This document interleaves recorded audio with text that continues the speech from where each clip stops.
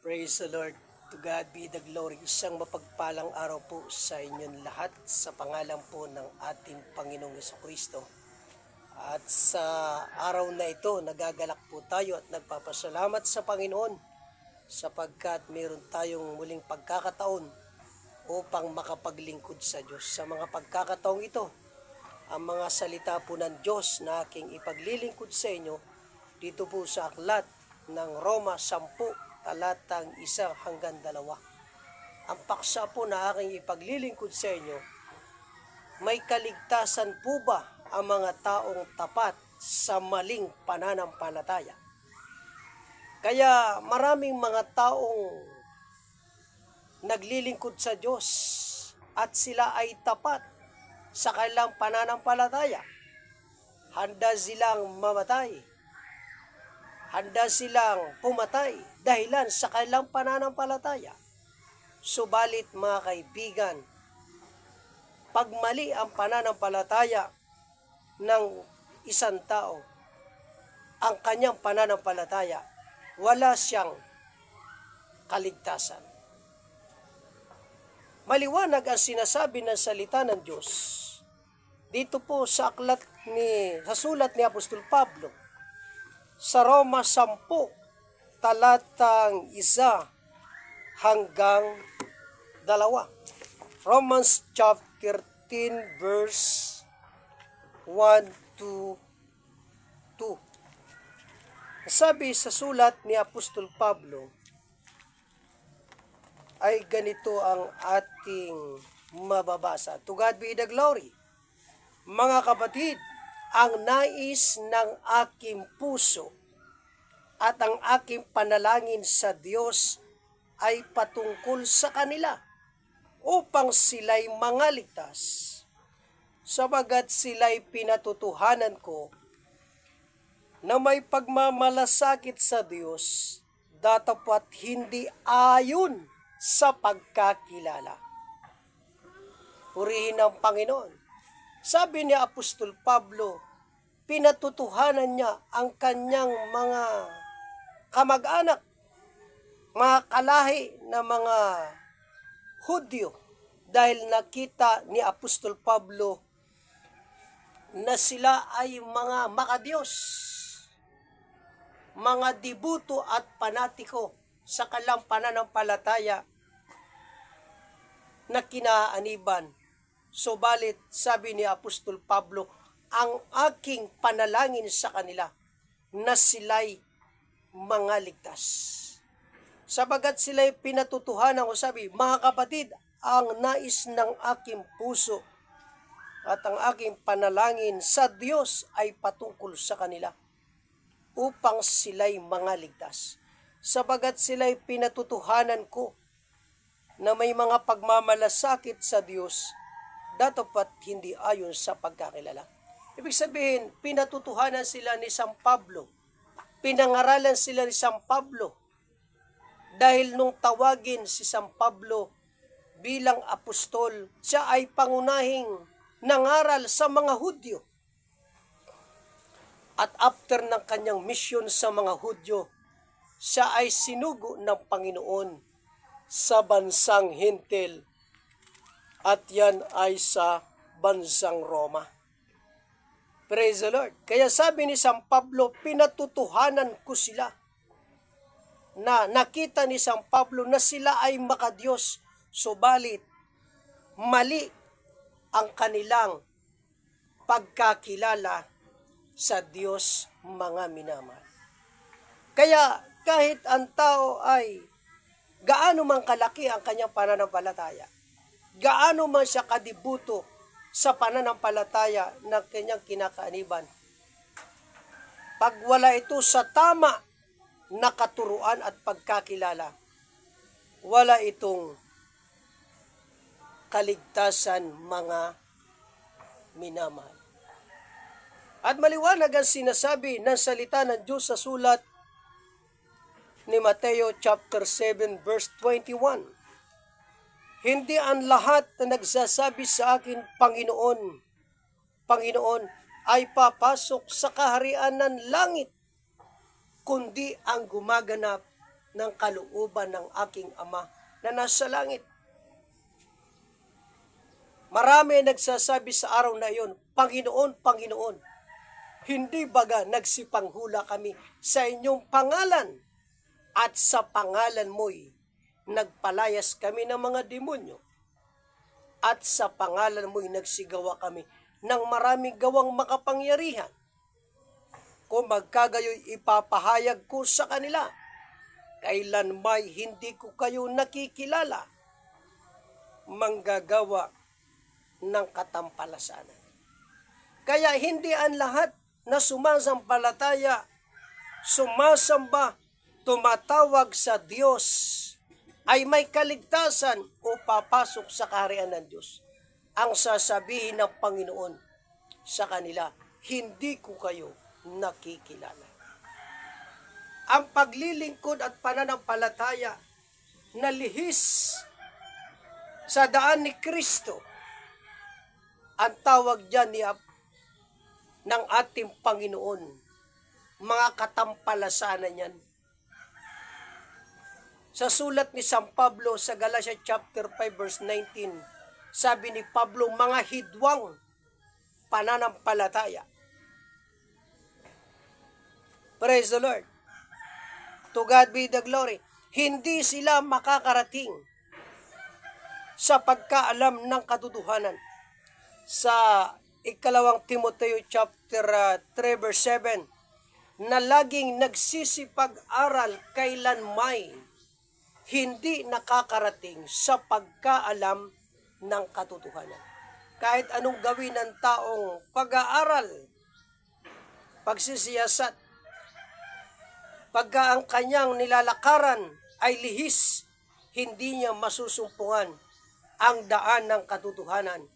Kaya sabi, laging nagsisipag-aral, kailanmay hindi nakakarating sa pagkaalam ng katotohanan. Sabi sa sulat ni Apostol Pablo sa unang Korinto chapter 15 verse 58, ang ganitong uri ng pananampalataya at paglilingkod, ito ay walang saysay at walang kabuluhan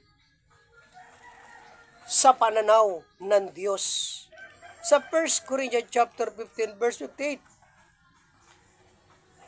ganito ang ating mababasa. Sa 1 Corinthians chapter 15 verse 58, kaya nga mga kapatid, kung minamahal, kayo'y magsitatag, huwag makilos na laging sumasagana sa gawa ng Panginoon. Yamang nalalaman niyo na hindi walang kabuluhan ang inyong gawa sa Panginoon. Kaya sabi ni San Pablo, walang kabuluhan ang kalang pananampalataya. Walang kabuluhan ang kalang paglilingkod. Bakit? Walang kaligtasan.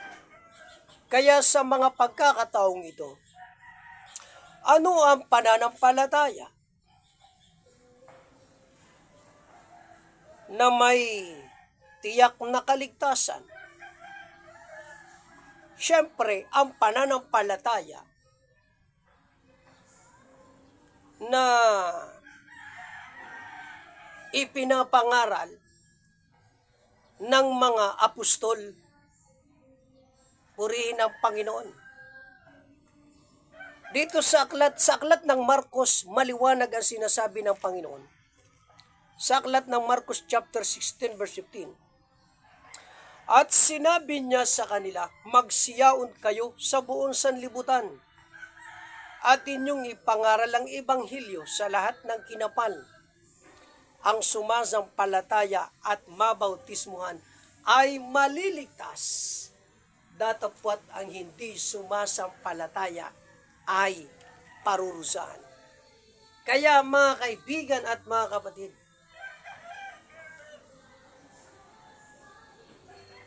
ang pananampalataya na siyang instrumento sa kaligtasan ay yung pananampalatayang ipinapangaral ng mga apostol, ng mga sinugo ng Diyos. Kaya, nang ang Panginoon ay bago siya umakyat sa langit, ipinag-utos niya sa mga apostol na dapat ipalaganap ang Ebanghelyo sa lahat ng bansa. Praise the Lord. Sa aklat ng Roma chapter 10 verse 8, ang salita ay malapit sa iyo at sa iyong bibig, sa makatuwid bagay ang salita ng pananampalataya na aming ipinapangaral. Praise the Lord. Kaya ang pananampalataya na may tiyak na kaligtasan ay ang pananampalatayang ipinapangaral ng mga apostol. Praise the Lord. To God be the glory. Dahil ito ang pananampalatayang galing sa Diyos. Ito ang pananampalatayang mula sa Panginoon. Purihin ang Panginoon. To God be the glory. Kung ang Kristo na ipinapangaral ng mga apostol, ng mga sinugo ng Diyos, ito ang ating tanggapin at sampalatayanan, gaya ng mga kapatid sa Roma, nang kailang sampalatayanan ang Panginoong Hesukristo. Sa pangaral ni Apostol Pablo bilang sugo ng Diyos, nagkaroon sila ng kaligtasan, mga kapatid at mga kaibigan. Ganon din tayo ngayon sa ating panahon. Tayo na mga Pilipino ay mapalad tayo, sabagat ang Diyos sa ating panahon, sa ating bansa, ay naghalal ng panibagong sugo na siyang instrumento ng Diyos para sa kaligtasan. Yan ang sabi sa aklat ng Judas chapter 1 verse 23, agawin niyo sila at iligtas sa apoy. Kaya ang instrumento sa kaligtasan ay ang Ebanghelyo na ipinapangaral ng mga apostol, dahil sila ang itinalaga at inihalal ng Panginoon para mangaral. Kaya sabi, agawin sila. Kaya ang mga apostol at ang mga sinugo at ang kasama ng mga sugo, sila ang instrumento ng Panginoong Hesukristo para ang mga tao agawin sa kasalanan, agawin sa kaparusahan na walang hanggan na siyang impyerno. Pero papaano? Yung Kristo na ating ipinapangaral, ito ay dapat nating tanggapin sampalatayanan.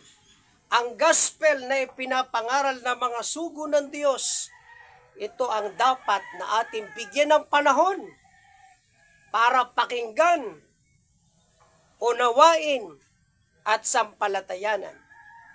Praise the Lord. Hindi kung saan-saan natin narinig. Hindi kung saan-saan natin minana. Ayon sa Roma, sa aklat ng Roma chapter 10 verse 17, so then faith cometh by hearing, and hearing by the word of the Lord. Ang pananampalataya ay nanggagaling sa pakikinig at ang pakikinig. Kaya kumusta kayo mga kaibigan, mga kababayan po namin? Ang inyong pananampalataya, saan nyo narinig yan? Ang pananampalataya ay nanggagaling sa pakikinig. At kanino dapat na ating marinig? Ito ay dapat na ating marinig sa pamagitan ng pangangaral. Praise the Lord. Kaya yung public preaching, gawain niya ng mga apostol, ng mga sinugo. Sila ang inihalal para mangaral, magpatalima ng pananampalataya sa lahat ng mga bansa. Sila ang may autoridad. Praise the Lord. Dahil ayon sa sulat ni San Pablo sa Roma chapter 10 verse 15, papaanong magsisipangaral kung hindi mga sinugo? Ibig sabihin, ang pangangaral ay misyon at gawain ng mga tao isinugo. At yan ang mga apostol ng ating Panginoong Hesukristo. Sa aklat ng Lucas chapter 11 verse 49, kaya nga sinasabi naman ang karunungan ng Diyos magsusugo ng mga propeta at ng mga apostol. Kaya ang sugo ng Diyos, galing yan sa karunungan ng Diyos. Galing sa isip ng Diyos. Hindi magkakamali ang Diyos. Purihin ang Panginoon. Ang kanyang susuguin ay mga apostol. At ang mga apostol may mga kasamang mga propeta, mga ebanghilista, pastor at mga guro. May mga kasamang mga bishop, mga presbyter, and the church. Praise the Lord. May mga misyonerong mga lalaki at mga babae, mga minamahal at mga kapatid. Purihin ang Panginoon. Kaya hanggang sa ating panahon, kung mayroong maling pananampalataya, kung may mga bulaang propeta, may mga bulaang Kristo, may mga bulaang mga ngaral, tiyak may tunay na apostol. He is the true prophet of the Lord, sent by the Lord. Ang pananampalataya na kanilang ipinapangaral at ipinapalaganap sa lahat ng bansa, kung ito'y ating tanggapin, sampalatayanan, pakinggan, mga kaibigan, mga minamahal, tiyak ang ating kaligtasan. Praise the Lord. Useless ang ating pananampalataya na sinasampalatayanan kung walang tiyak na kaligtasan. Kumusta po kayo? Ligtas na po ba kayo sa pananampalataya na natanim sa inyong puso, na natanim sa inyong pag-iisip? Purihin ang Panginoon. Kung hindi pa tiyak ang iyong kaligtasan, tiyakin mo ang iyong kaligtasan. Ang pagliligtas ng Panginoon ay nagpapatuloy hanggang sa ating panahon. Mahal tayo ng Diyos, ayaw ng Diyos na tayo mapahamak sa kaparusahan na walang hanggan. Katunayan na mahal tayo ng Diyos. Gusto ng Diyos na tayong lahat ay maligtas. Si Kristo'y namatay sa krus ng Kalbaryo. At si Kristo'y naghalal na panibagong sugo upang tayong makalakad sa tumpak na daan at pananampalataya, upang matiyak natin ang ating kaligtasan. Corinthians chapter 6 verse 2. Today is the day of salvation. Ang kaligtasan hindi bukas, hindi sa araw ng paghukom, kundi ngayon, samantalang naririnig natin ang pangangaral ng Ebanghelyo. Ito ang panahon, ngayon ang panahong ukol, ngayon ang araw ng kaligtasan. Praise the Lord. The true church built by Christ, ito ay ligtas na, ito ang dako ng mga taong ligtas. Kaya dito tayo ilalagay sa church na itinayo ng Panginoon. And the Lord added to the church, Acts chapter 2 verse 47, daily such as should be saved. Ngayon, ang pagliligtas ng Panginoon, paano natin matanggap ang kaligtasan na sambiyaya at regalo ng Panginoon? Sabi sa Ephesians chapter 2 verse 8, ang sumasampalataya, sa biyaya kayo nangaligtas sa pamagitan ng pananampalataya. At ito'y hindi sa inyong sarili, kaloob ng Diyos. Just believe Jesus Christ. Accept Christ, our Redeemer and Savior, na siya'y namatay at muling nabuhay. Pagsisihan natin ang kasalanan po natin, itakwil natin ang kasalanan, magbalik loob tayo sa Panginoon.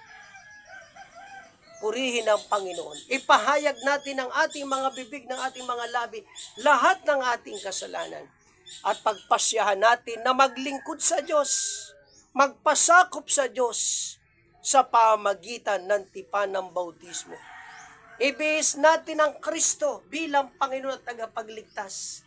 Galatia 3:27, lahat ng mga binautismohan kay Kristo, ibinihis si Kristo. Paano natin maibihis ang Kristo? Sa pamagitan ng tipan ng bautismo.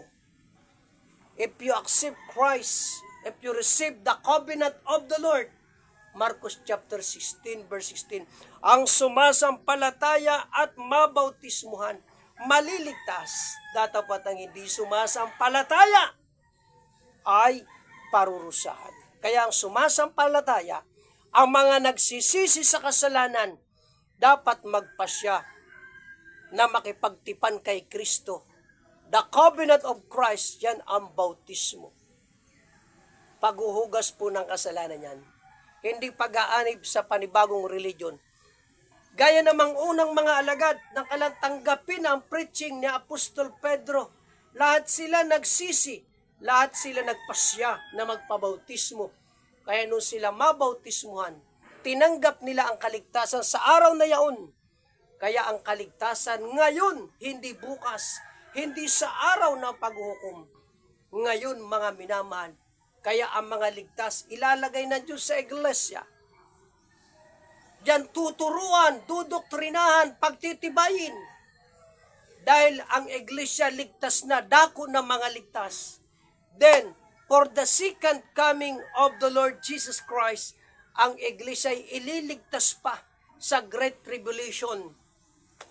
Dahil ang mundo na ating ginagalawan, dadanas ito ng Great Tribulation after rapture.